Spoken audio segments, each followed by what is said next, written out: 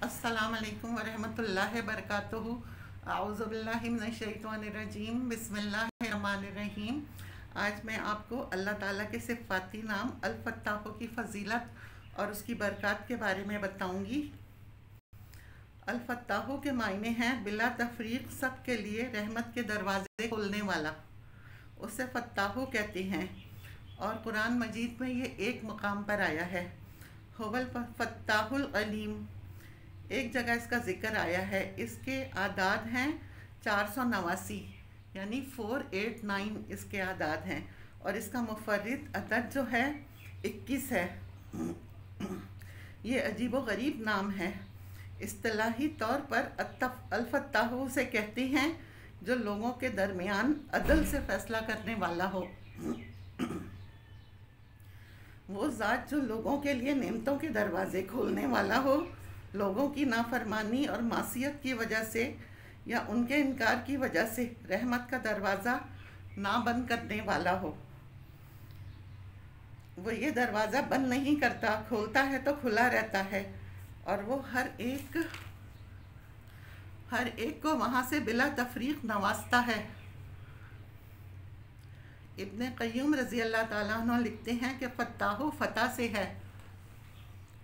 और फ़तह की दो किस्में हैं, एक फ़तह हुक्मी, दो फ़तह क़दरी। फ़तह हुक्मी का मतलब है कि अल्लाह ताला ने अहकाम शरीयत अता किए हैं कि राह शरीयत के ज़रिए से अल्लाह ताला अपनी रहमत और नेमत के दरवाज़े खोलता है। जो इस शरीयत की राह पर चलता रहता है उसके लिए रहमत के दरवाज़े खुलते रहते हैं। नंबर 2 फ़तह क़दरी। फ़तह क़दरी ये है कि तक़दीर के नविश्ते में अल्लाह ताला ने नेमतें पहले से लिख दी हैं कि इसको ये मिलना है, ये नहीं मिलना। लिहाजा वो कुदरत के एतबार से तक़दीर के फ़ैसले हैं कि नेमतें मिलनी ही मिलनी हैं। भले फरमाबरदार हैं, भले नाफरमान हैं, भले शरीयत पे चलने वाला हो, भले शरीयत पे चलने वाला ना हो, हर हाल में अल्लाह ताला ने वो नेमतें अता करता है। तो फत्ताह वो ज़ात है जो बिला तफरीक सबको अता करती है।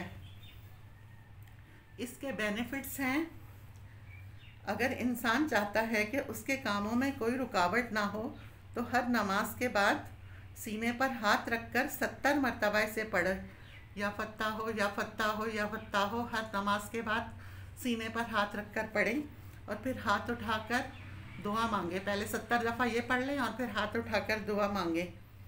तो पहले से जो ऑलरेडी काम चल रहे हैं और उनमें रुकावट हो रही है तो अटके हुए काम हो जाएंगे और आइंदा के कामों में भी कोई रुकावट नहीं होगी।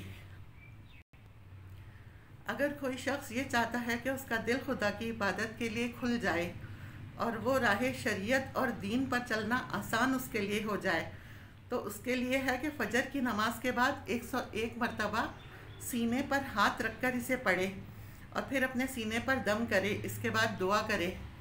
अल्लाह ताला उसका दीन पर चलना आसान कर देते हैं।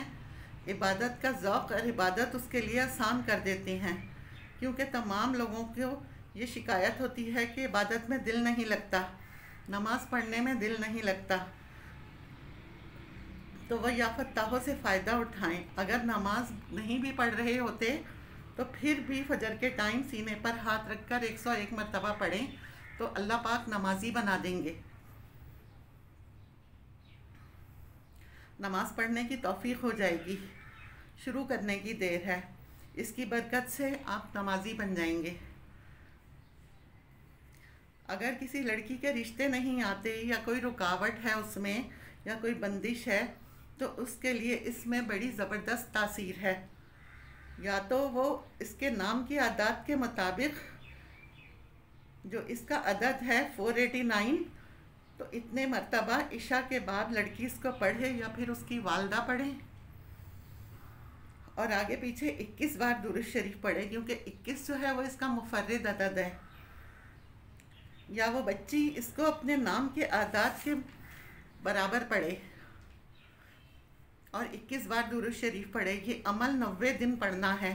21 दिन इसका मुफर्रिद अदद है तो 21 दिन बाद रिश्ता आ जाना चाहिए।